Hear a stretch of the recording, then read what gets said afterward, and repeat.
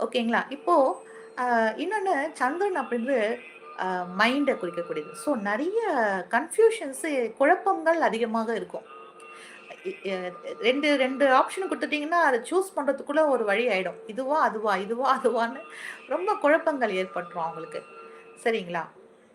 ஆ இன்னொன்னு நெறைய எமோஷனா இருப்பாங்க. ரொம்ப எமோஷனா இருப்பாங்க. சீக்கிரமா அழுதுருவாங்க. அந்த எமோஷனல்னாவே அந்த அழுகை தான்.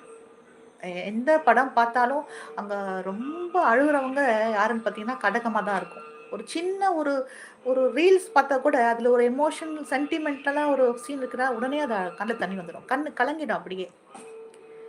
ஸோ சந்திரனோட ஆதிக்கம் அதிகமா இருக்கிறவங்களுக்கு இந்த மாரி நடக்கிறதுக்கு சான்சஸ் இருக்கு. ஓகேங்களா?